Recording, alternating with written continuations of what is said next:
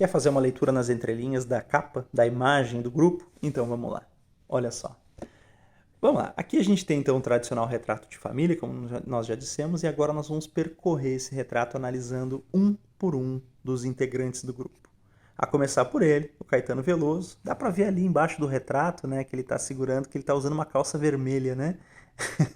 O Caetano Veloso com a sua cabeleira e tal. Todos eles têm um olhar, né, provocativo, assim, um olhar até parece intimidador, parece que estão todos assim meio que, né, com um olhar desafiador para a lente da câmera ou para nós espectadores, né? O Caetano tem um leve meio sorriso irônico, né? Segurando aqui o quadro da Nara Leão, tá certo? Então aqui a gente tem o Caetano Veloso, né? E ele ostenta aqui um retrato da Nara Leão, a Nara Leão que não era propriamente uma integrante do tropicalismo, mas ela acabou participando desse álbum coletivo aqui, interpretando a canção Lindonéia, tá certo? A Nara era considerada a musa da bossa nova, tá certo? Então a Nara é uma figura muito importante do movimento bossa nova, tá? Mas ela acabou participando, ela acabou sendo integrada aqui pelos antropófagos tropicalistas e participou de uma das canções aqui chamada Lindonéia, tá bom? Então aqui a gente tem o Caetano e aqui o retrato da Nara Leão, tá bom? Bom, vamos adiante. Gilberto Gil. O Gilberto Gil, ele também ostenta um retrato aqui do Capinã. Capinã é um compositor, né? É bem importante dessa geração, embora o nome dele hoje não seja muito lembrado, né? O Capinã ele foi o autor da canção Ponteio. Ele ao lado de Edu Lobo, né? A dupla Edu Lobo e Capinã são os compositores da canção Ponteio, que venceu o Festival da Canção de 67. O Capinã participa como compositor aqui, né? Com o grupo Tropicália, então ele tem aqui a sua participação nas canções desse álbum, tá certo? É o poeta Capinã, que aparece inclusive aqui com a toga de formado e tal, né? É engraçado que a gente tem visuais muito diferentes. A Nara Leão tá com aquele visual de garota bossa nova, com aquele chapéu elegante dela ali, né? E o Caetano que segura o retrato tá com aquela cabeleira selvagem dele e tal. E aqui você vê o Gilberto Gil, né, com uma toga com motivos bem tropicais, certo? Segurando o retrato do Capinã que aparece de toga de formatura e tal, né? Tá com aquela beca de formando ali e tal, de doutor. Então é muito interessante apontar as contradições, né? Que são próprias mesmo da estética tropicalista e que são admitidas aqui de uma maneira absolutamente anárquica, né? Quer dizer, a gente vai misturando tudo mesmo. Então é isso. Bom, seguindo, né? Depois desse olhar aqui também desafiador do Gilberto Gil para nós, ostentando a foto do Capinã, a gente vai então para o próximo, que é o Rogério Duprat. Rogério Duprat é o maestro, tá certo? É aquele cara que lá na contracapa ele diz assim, a música não existe mais, mas sinto que precisamos fazer algo novo.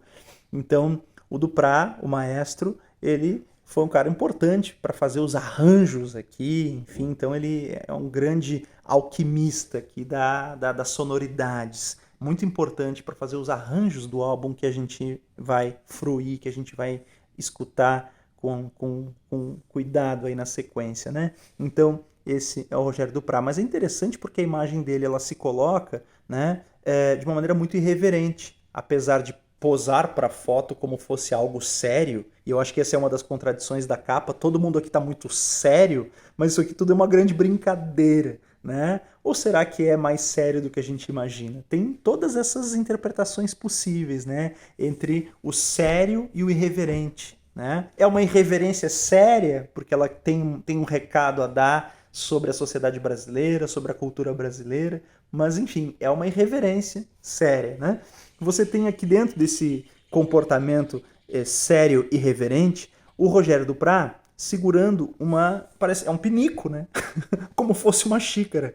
E aqui é inevitável a gente lembrar de Marcel Duchamp, o cara, né, que transformou um mictório em A Fonte, uma obra de arte lá no contexto, né, das vanguardas europeias, tá ligado? Quando aparece aquele urinol lá, o cara bota num salão de arte e diz, isso é a fonte. É essa coisa do ready-made, né? Essa jogada aqui de se apropriar de um objeto vulgar e transformar ele em arte, tá certo? O Rogério Duprat fazia isso de uma certa maneira ao propor que ruídos pudessem ser música, por exemplo, quando a gente tem a incorporação, né, do tiro de canhão, da fala cotidiana, né, de um barulho no meio da faixa musical, e aquilo se torna um elemento significativo e, né, acaba compondo a melodia. Então é isso. Esse cara ele tá aqui também com um signo de dadaísmo de Marcel Duchamp, né? É o pinico na mão aqui e a transformação de algo que a princípio é vulgar em algo artístico, né? É como se você sacralizasse o vulgar, você transforma em algo sagrado, em algo valioso, uma parada que poderia ser completamente banal, né? Então é muito interessante essa releitura do dadaísmo de Marcel Duchamp na maneira como se apresenta o Rogério Duprat. Bom, seguindo aqui, olha quem é essa.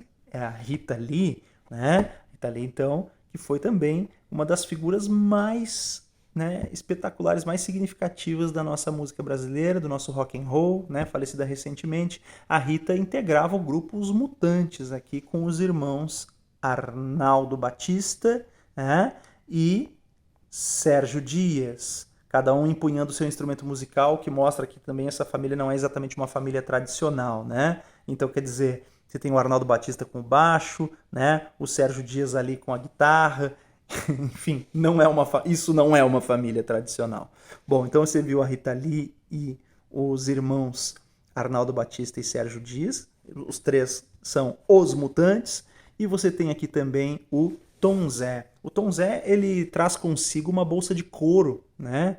Sabe? Isso é um signo que remete ao próprio movimento de migração nordestina, sabe? O cara vem com uma bolsa de couro. Então, tem uma significação também na imagem, né? A bolsa de couro parece um ícone que remete, né, a alguém que traz uma bagagem consigo, né? Essa mala de couro pode remeter à própria condição do migrante nordestino, tá certo? Que é justamente a condição de boa parte aqui também dos nossos tropicalistas. Quer dizer, se a gente for pensar no o Caetano, o Gil, né, são os baianos, né, e o Tom Zé integra também essa trupe nordestina aqui, em meio aos paulistas, que são os Mutantes, por exemplo. Tá legal? Bom, além disso, nós temos ainda a imagem, para finalizar, que parece do casal papai e mamãe aqui, e eles estão, assim, também bem diferentes. Quer dizer, a Gal Costa com uma roupa, né, apesar de posar como aquela mulher recatada, né, ao mesmo tempo em que a pose é de mulher recatada, veja, né, o vestido dela parece uma coisa também que remete a uma coisa hippie, tropicália, né, parecida com a indumentária do Gilberto Gil nesse sentido. E contrasta ali com a roupa, né, do Torquato Neto, certo? Que é um poeta que participou também das composições das canções aqui. Ele era um compositor, né, bastante influente aqui. O Torquato, ele parece meio, né, ele usa uma boina, tem um casaco aqui, um blazer e tal. É uma coisa mais, não dá pra ver bem se é. Eu acho que não é de couro, não, mas parece uma coisa meio James Dean, assim, sabe? Então, tem uma coisa meio de galã de cinema da época. Então, os elementos que aparecem aqui são muito díspares entre si, como a gente pode perceber, né? Na maneira como eles se vestem, né? E os comportamentos também remetem a algo bastante contraditório, que é uma espécie de sério e reverente, como eu te falei. Todos olham com seriedade, né, para a lente da câmera, todos olham com seriedade para nós, mas de uma certa maneira a imagem não transparece algo rígido, né, sério propriamente, mas uma provocação, uma brincadeira que pode ser levada a sério, né? O sorrisinho irônico do Caetano lá no fundo parece dar um pouco conta disso. Vamos dar vida a esse álbum agora, né? Fazendo a nossa leitura das canções. Você não pode perder. Agora a gente chega na parte mais incrível desse nosso roteiro de estudos. Não percam.